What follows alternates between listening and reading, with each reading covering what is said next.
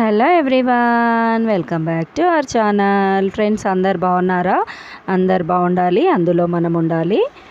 ఈరోజు నేను వర్షాకాలంలో ఘాటుగా స్పైసీగా పుల్లగా అన్ని టేస్టులు ఉండేటట్టయితే గుడ్డు పులుసు ప్రిపేర్ చేశాను. చూడండి, వావ్! ప్రాసెస్ కావాలంటే వీడియో అయితే ఎండింగ్ వరకు చూడండి, తెలుస్తుంది. ఈ ప్రాసెస్ అయితే కంపల్సరీ ట్రై చేయండి ఫ్రెండ్స్. వితిన్ 5 మినిట్స్లో అయిపోయే రెసిపీ అనమాట. ఈజీ టేస్టీ ఎగ్ పులుసు, వర్షాకాలం స్పెషల్ అనమాట. ఇది కొంచెం ఘాటుగా ఉంటుంది, ఓకేనా? దానికోసం నేను 3 మీడియము సైజు ఆనియన్స్ అయితే తీసుకున్నాను. 2 చిన్న చిక్క ముక్కలు, 1 స్పూను షాజీర్ అయితే వేసి పేస్ట్ పట్టి పక్కన పెట్టుకున్నాను ఫ్రెండ్స్. తర్వాత ఒక 4 బాయిల్డ్ ఎగ్స్ అయితే తీసుకున్నాను. ఒక బౌల్లోకి అయితే యాడ్ చేసుకోవాలి ఫస్ట్ ఇవి. తర్వాత ఒక 1.5 స్పూను కారం అయితే వేసుకోవాలి. మొత్తం ఘాటుగా సూపర్ ఉంటుంది అనమాట. తర్వాత ఒక 1/2 స్పూన్ ఉప్పు అయితే వేసుకొని 1/2 స్పూను పసుపు వేసుకోవాలి. తర్వాత 1 స్పూను అల్లం ఎల్లిగడ్డ పేస్ట్ అయితే వేసుకోవాలి. వేసుకున్నాక మనము మిక్సీ పట్టుకున్న ఉల్లిగడ్డ పేస్ట్ ఉంది కదా, అది కూడా ఇందులో వేసుకొని బాగా కలిపేసి ఒక 2 మినిట్స్ అయితే పక్కకు పెట్టాలన్నమాట.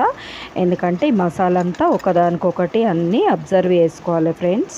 మనం కలిపి 2 మినిట్స్ పెట్టడం వలన ఉప్పు, కారం, అల్లం ఎల్లిగడ్డ, షాజీరా, చెక్క, ఈ మసాలాలన్నీ ఒకదానికొకటి మంచిగా బైండ్ అవుతాయి అన్నమాట. సో కర్రీ చాలా టేస్ట్గా అవుతుంది మనకి. తర్వాత పొయ్యి పైన ఒకట్ల వెడల్పాటి కడాయి అయితే పెట్టుకోండి. ఒక 5 టేబుల్ స్పూన్ ఆయిల్ వేసుకొని ఒక 3 బిర్యానీ ఆకులు, 3 పచ్చిమిర్చీలు అయితే వేసిన నేను ముందుగా. చూడండి, తర్వాత మనము ఎగ్స్ బాయిల్డ్ చేసుకున్నాం కదా, ఆ బాయిల్డ్ ఎగ్స్ అయితే ఇందులోకి ట్రాన్స్ఫర్ అయితే చేసుకోవాలి ఫ్రెండ్స్.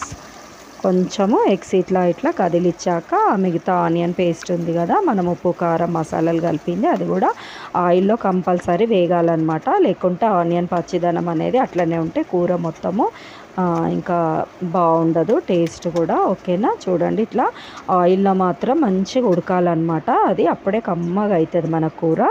తర్వాత మసాలా వేస్తున్నాను. నార్మల్గా మనం ఎప్పుడు పల్లీలు నువ్వులు పేస్ట్ వేసేస్తాం కదా ఫ్రెండ్స్, అదే వేసాను. వీడియో లెంతీ అవుతుందని నేను చూపించలేదు మీకు, ఓకేనా? చూడండి, తర్వాత కొంచెం ఇట్లా జార్లో వాటర్ వేసి కూడా మనం పోసేసుకోవాలన్నమాట. చిన్నగా మీడియం ఫ్లేమ్లోనైతే ఈ మసాలా ఉడకాలి. మసాలా పచ్చివాసన పోవాలి, ఆనియన్ పచ్చివాసన, ఇవన్నీ స్మెల్లు అయితే పోయే వరకు మనం బాగా బాయిల్డ్ చేయాలన్నమాట. తర్వాత ఒక చిన్న ఆనియన్ సైజు ఒక 50 గ్రామ్స్ అనుకోండి చింతపండు అయితే నానబెట్టుకొని ఇట్లా స్ట్రైనర్ సహాయంతో అయితే వడబోసుకోవాలి. దాంట్లో పెచ్చులు నారలు పడతాయి ఫ్రెండ్స్. సో అట్లా జాలితోటి మనము స్ట్రైనర్ ద్వారా వడబోసుకుంటే సేఫ్టీ అనమాట మనకి, ఓకేనా? ఇంకొక 10 మినిట్స్ అయితే ఉడకాలి. ఫైనల్గా లాస్ట్గా ఈ స్ట్రక్చర్ వచ్చాక 1 స్పూను ధనియాల పొడి అయితే వేసాను నేను, 1/2 స్పూను మిరియాల పొడి అయితే వేసాను. అదనమాట మ్యాజిక్. ఈ వర్షాకాలం మిరియాల పొడి కంపల్సరీ వేసుకోవాలి, జలుబులు దగ్గులు అయితే రావు ఫ్రెండ్స్. తర్వాత చూడండి, కొత్తిమీర వేసి గార్నిష్ చేసుకొని మనము సర్వింగ్ బౌల్లోకి తీసుకుంటే వర్షాకాలం స్పెషల్ ఘాటు టేస్టీ స్పైసీ ఎగ్ పులుసు అయితే రెడీ. వావ్! చూడండి, బౌల్లోకి అయితే ట్రాన్స్ఫర్ చేసుకుంటున్నాను ఫ్రెండ్స్. అలాగే ఒక చిన్న రిక్వెస్ట్, ఎవరైనా నా ఛానల్లో కొత్తగా చూస్తున్నట్టయితే ప్లీజ్ ఛానల్ అయితే సబ్స్క్రైబ్ చేసి సపోర్ట్ చేయండి. తెలియని వాళ్ళకు నా వీడియో అయితే రికమెండ్ చేయండి. మీ బంధువులకు, స్నేహితులకి ఈ వంటకం అయితే షేర్ చేయండి ఫ్రెండ్స్, తప్పకుండా మర్చిపోకుండా, ఓకేనా? మరిన్ని మంచి టేస్టీ వంటలతో మళ్ళీ కలుసుకుందాం. బాయ్.